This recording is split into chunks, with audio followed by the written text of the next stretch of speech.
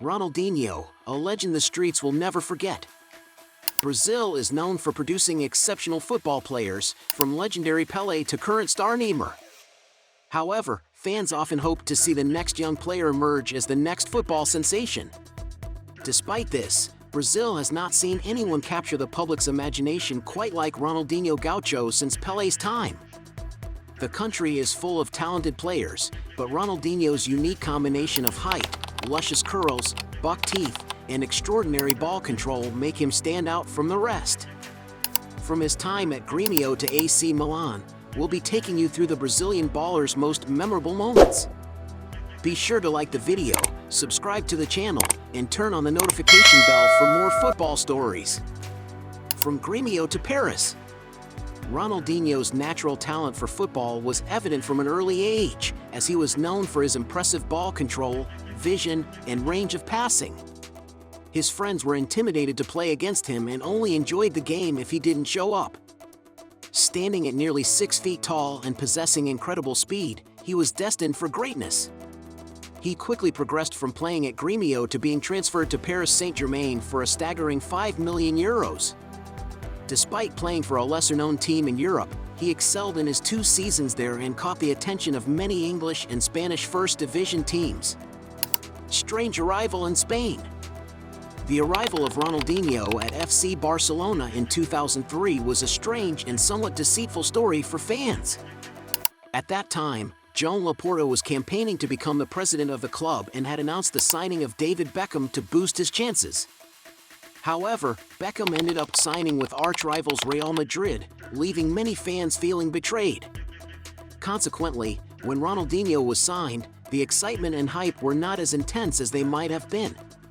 In the initial season with the Catalan team, Ronaldinho demonstrated his superior skills. He was a master of tricks and teamed up well with other talented players such as Deco, Gio van Bronckhorst, Samuel Eto'o, and Puyol, leading the club to a second-place finish.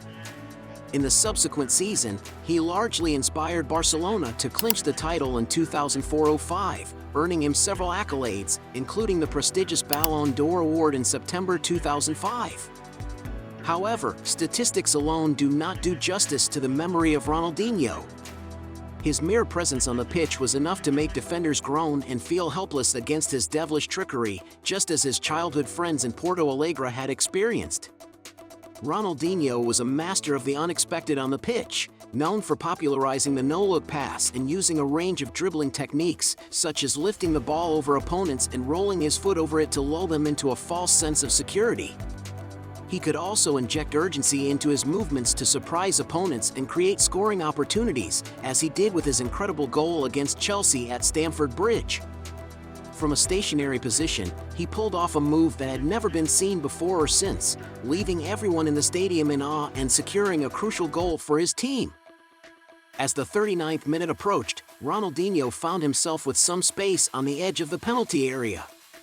Despite having 3 defenders closing in and Petrčák in goal, a goal seemed impossible. However, Ronaldinho had something special planned. He stopped the ball and did a few samba dance moves, leaving the entire Chelsea defense mesmerized. In a split second, he lined up a shot and surprised everyone with a perfect toe punt, the most beautiful ever seen. The gap he had to shoot through was no wider than a football, but he executed the shot perfectly. John Terry, Ricardo Carvalho, and Petrčák could only watch as the ball sailed past them. This was a remarkable feat as Chelsea had only conceded 15 goals that year. The goal showed Ronaldinho's skill and magic that could leave even the best of defenders in a daze. Ronaldinho's repertoire of magic touches extended beyond scoring goals to creating them. Deportivo. Less noticeable are the instances that are often omitted from the edited highlights yet are vividly etched in the minds of those present. The countless disguised passes and nutmegs, the low, sweeping pass during the match against Athletic that didn't rise more than a yard above the ground yet managed to bypass 9 opposing players. Messi and Ronaldo have set a new standard in football. Ronaldinho's best scoring season in Europe cannot compete with the consistent goal-scoring performances of the 2 players in the last 13 seasons. However, it was Ronaldinho who laid the groundwork for Messi's success at Barcelona. Ronaldinho transformed the club and left an enduring impact. As ex-teammate and Spanish winger Boyan Krikic explains, Ronaldinho came in a difficult period. Barcelona was not good as a team.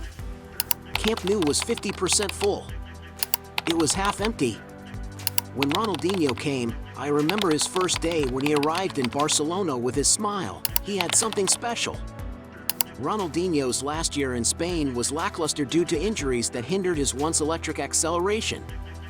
Meanwhile, Barcelona, led by Frank Rijkaard, was struggling to maintain motivation as Lionel Messi began emerging as the star player.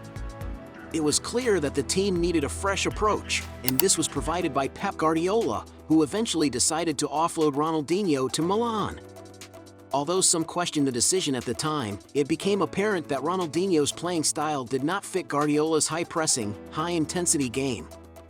By the time Ronaldinho departed the club in 2008, the Brazilian maestro's attacking and proactive footballing mindset had inspired the Catalonian club to 2 league titles, 2 Supercopas, and its first Champions League title in 14 years, during a time where defensive tactics from Rafa Benitez at Valencia and Liverpool, as well as Jose Mourinho at Porto and Chelsea, dominated the competition. End of an era at AC Milan. Following his departure from Barcelona, Ronaldinho moved to AC Milan, where he joined a star-studded squad featuring the likes of Andrea Pirlo, Kaká, Pato, Clarence Seedorf, Alessandro Nesta, and Pippo Inzaghi. Despite concerns about his increased weight and injury issues, many believed that the £22 million transfer fee was a reasonable price for a player who was still only 28. With Carlo Ancelotti as manager, Ronaldinho began his Milan career positively, determined to prove his critics wrong and recapture his form from the 2005-06 season. Regrettably, Ronaldinho's season was once again hampered by injuries, and regaining his fitness proved to be a challenge. In addition to being viewed as the party boy of the Milan team, his inability to complete a full match led to him being benched towards the end of the season, having scored only 10 goals in 38 games. But the Brazilian was far from finished. For example, on a chilly October day in the north of Italy, Ronaldinho took it upon himself to entertain the fans at Stadio Atleti Azzurri d'Italia as his AC Milan team faced Atlanta. Despite being 1-0 up, Ronaldinho continued to showcase his full range of tricks, leaving the opposition players helpless in his wake. The Rossoneri's number 80 displayed his skill with feints, shimmies, and no-look passes. As time was running out, Alessandro Nesta sent a long pass towards the opposition box, and Ronaldinho was quick to control it with his chest, before unleashing a perfectly timed volley past goalkeeper Andrea Consigli and into the back of the net. It was a reminder of the quality that Ronaldinho was still able to offer. At the end of the 2009-10 season, Kaká and Ancelotti both departed the club, which made way for new manager Leonardo. He successfully moved Ronaldinho from his preferred left flank to behind the striker, and the results were evident in his 2 goals against Juventus in January 2010. With more freedom to come deeper to collect the ball and maintain his width, the Brazilian played some of his best football in the middle of the 2009-10 season.